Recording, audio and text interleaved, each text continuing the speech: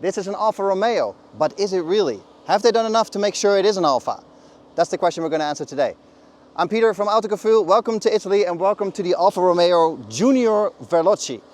It's a whole mouthful, but this is their first full EV of Alfa, and this is their sort of small platform offering. Now, in essence, we know what this is. We've seen this platform before. Obviously, Alfa is part of the Stellantis group, so we've seen this in the Peugeot E2008, the Jeep Avenger, the Opel Corsa, and a whole bunch of other cars. It has the same underpinnings, but Alfa has thrown the book and the kitchen sink and then some at it, and has made sure that it is a real Alfa. Especially when you go through a bit of a tighter corner and you hit the throttle too early, you can feel how that differential is fighting the power and trying to put it in the right spot. And it's really interesting, because obviously you talk about all this technology, but when you feel it work in an environment like this, it is pretty impressive. Now, of course, we got to talk about charging port back here on the left.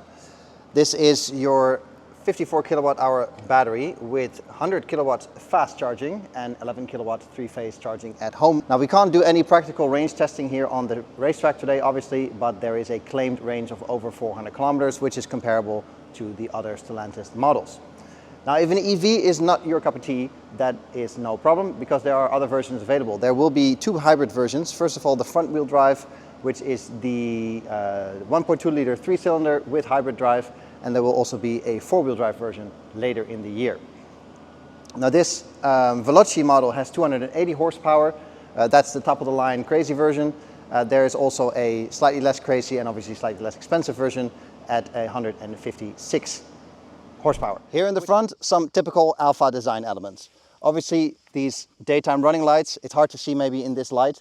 I think that looks quite cool. The whole opening and the front bumper, it looks aggressive. It looks stylish, it looks modern. I quite like the design with the big Alfa logo here on the top and the radar unit here on the bottom. I think it's an elegant solution for the radar like this, because it's keeping things symmetrical. And the license plate down here on the bottom, other than Alfas from the past that had it on the side, I think that is quite nice as well. So overall, despite all the flies on it, this works quite well, I think. This one in particular, with 20-inch wheels in the Veloce form, you can go down as far as 17 inches depending on the variety that you pick. Size-wise, they don't call this a crossover, they don't call this a small SUV, but you know, if I stand next to it, it's about 1.50 meters high. I'll leave it up to you to decide if it is a crossover or if it's still a hatchback. Let me know in the comments which one you think it is. I will of course show you the inside in a bit, but let's finish the round around the car. The rear is very particular, obviously haunting back to several Alfas from the past, but there's also a lot of function to this design, where you want a teardrop shape, obviously, for maximum aerodynamic efficiency, but the teardrop will come all the way down to here. Obviously, you can't have that, so what they did is cut it off here, made this concave shape, and it effectively functions the same as a longer car would, which is good for drag, which is good for aerodynamic efficiency. I'll open the boot for you right away as well while we're at it. 400 liters of boot capacity, which they say is the perfect mix between keeping this shape open and functional in terms of aerodynamic efficiency and also usable space in the boot. We have a little bit of double floor, so you can add some space, and there's a little cubby here for some tools, and I don't think you can fit your charging cable in here, but no worries, there is a frunk. At first glance you would say, where's the frunk? There's no frunk, and you could debate about this, but this thing here is a frunk. This is where you put your charging cable. You can see this is actually shaped like your charging cable. So this is specific for your cable. Now this is just a, you know, it wouldn't even qualify as a roof box, I think. But this is very handy, because this is something that it's always annoying to put your cables in the back. It's always in the way, they get dirty, they get wet. It doesn't really work in the boot where you also put your luggage, for example. So this is actually quite nice as a solution, that they give you this as a dedicated place to put your cables. So from the outside to the inside for a cockpit overview. Now, it is very black in here, and there's a lot of Alcantara and leather around us, but that is specific to this top trim Veloce model. So if you go down the range, there's a variety of options for interior trim that you can get. The screen here in front of me and the buttons down here are of course from the Jeep Avenger, and also the screen, the driver's display in front of me, is very familiar from the models that I mentioned earlier. That's all fine, that's the platform we're working with. Alfa Romeo has given it a bit of Alfa Romeo sauce, so you got a big logo here, you got these haunches around the instrument cluster that of course reminisce from Alfas of old, And overall they give it some Italian feel. So with this Alcantara, like I mentioned, these bucket seats that are very supportive but not very comfortable.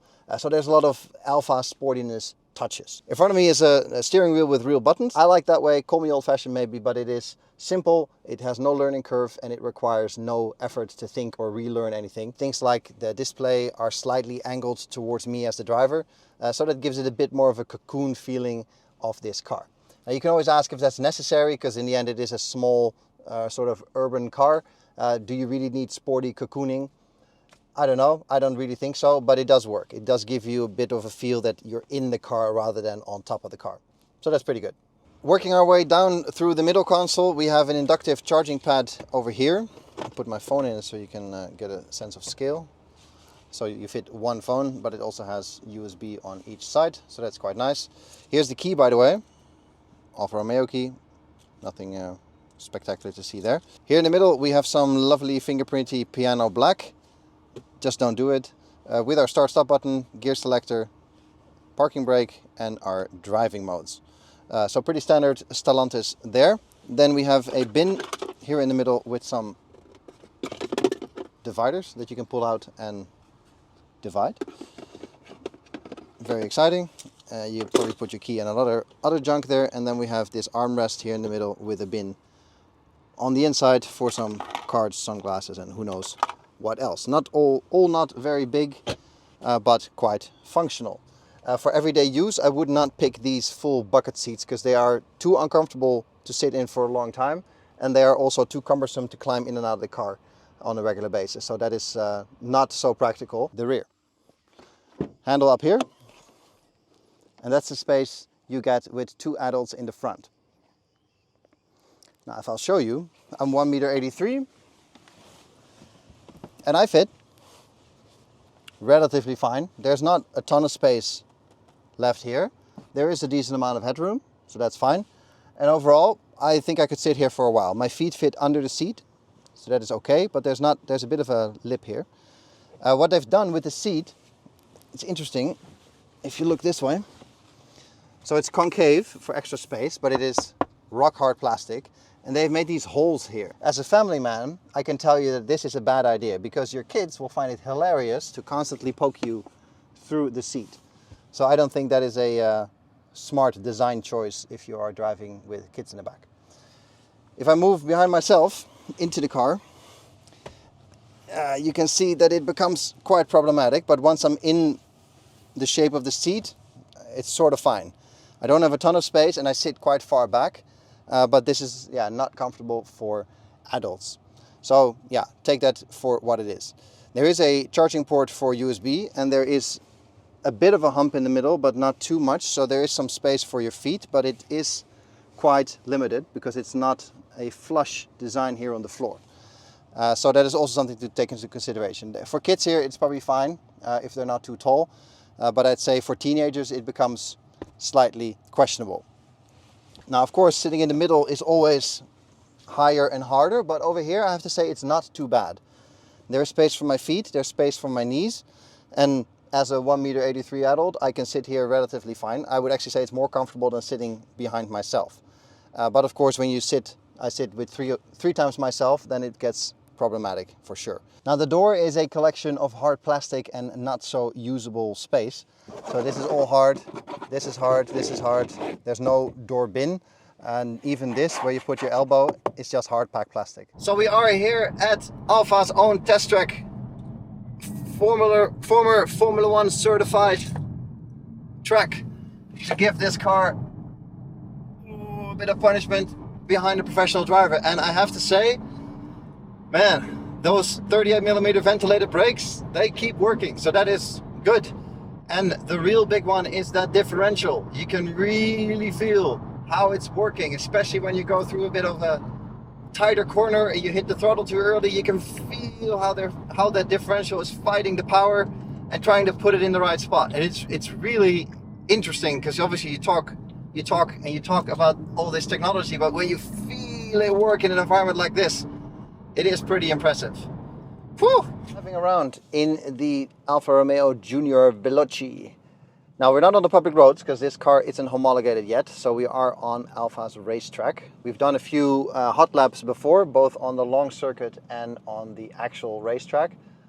So yeah, that obviously gives you a lot of impressions about the car. First things first though, normal driving. Well, it's exactly what you expect. If you know anything about the other platforms, if you've ever driven one of those, it's very similar. Same size, same wheelbase, same turning circle, all those things. So it is a compact car. They don't call it a crossover, but it does everything a compact car does. So it's easy to turn, light steering. This car weighs just under 1,600 kilos, which they claim is very light for its class, so that's nice. And overall, it is a nice car to maneuver in. Short turning circle, everything, good visibility all around, so that's pretty good. And you're not really going to notice any difference here in this Veloce model in that sense. The seats are not the most comfortable thing in the world, especially these bucket seats. Yeah, obviously that's for this Veloce model, for your aggressive sporty driving. None of that applies to the real world. Personally, I wouldn't even pick these because they are not comfortable enough for long journeys. But that said, when you put it all in maximum attack mode, then all that talk about differentials and extra powers and sophisticated suspension is starting to make sense a little bit. Early on the racetrack, you really notice that differential working. When you go into the tight corners and you hit full throttle, that 280 horsepower really starts to come alive. And you can really start to feel it working. You feel it through the steering wheel, you feel the car behave underneath you, and that's actually quite impressive. A mechanical torsion diff is really valuable in that situation. You really can improve your driving and improve the handling, and all that talk about sportiness and about drivability and driving fun is suddenly starting to make sense that way.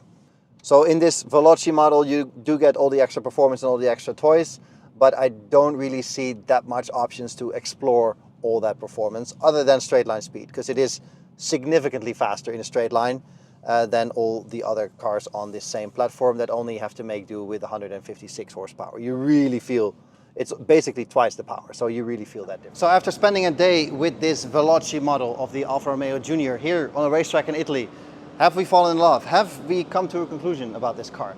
I think so. I think this is, of course, an Alfa in disguise in many ways. Underneath, it is a very familiar Stellantis platform, and Alfa itself cannot outdevelop that platform. But, in all honesty, Alfa has poured a lot of Alfa sauce on this car, making it a true Alfa, dare I say. I don't know what a true Alfa really means, but they've done quite a lot to make this stand out from the rest. Now, of course, especially in this Veloce model with a torsion differential, with a lot more power, with upgraded brakes, with a lot of toys inside and on it, yes, it makes a big difference. Yes, it is really a step above a Jeep Avenger, for example, but you expect that from the top of the line model. If you strip all those extras from this Veloce model away though, underneath it is just another car on a familiar Stellantis platform. That's not to say that's a bad thing though. I think the platform is solid. Cars like an Opel Corsa or a Jeep Avenger are good cars and have a very different character to this. And I think that is the key takeaway here. Alfa Romeo puts a bit of their magic in it and it becomes an Alfa Romeo. And you see that in little details, you see that in the face of the car, you see that in the DNA of the car. And you don't even have to have the full Veloce sporty crazy version for you to feel that little bit of Alfa fairy dust. In terms of what it delivers, I think this is a practical proposition in terms of the size and the usability of the platform. I think it does exactly what the other cars in the same lineup do, but with an Alfa character and an Alfa DNA that is unmistakable Alfa. So if that's something that you like, if you're a fan of the brand, it's a little bit similar as with the Jeep Avenger. If you're a fan of that feeling and that message that comes with the brand, I think this is a great proposition and a great car to shortlist if you are in the market for something this size and potentially fully electric. This video is also available in Dutch, by the way, on the Dutch channel. It's in the description below, so if you want to see me speak Dutch, then definitely subscribe there and watch this video in Dutch.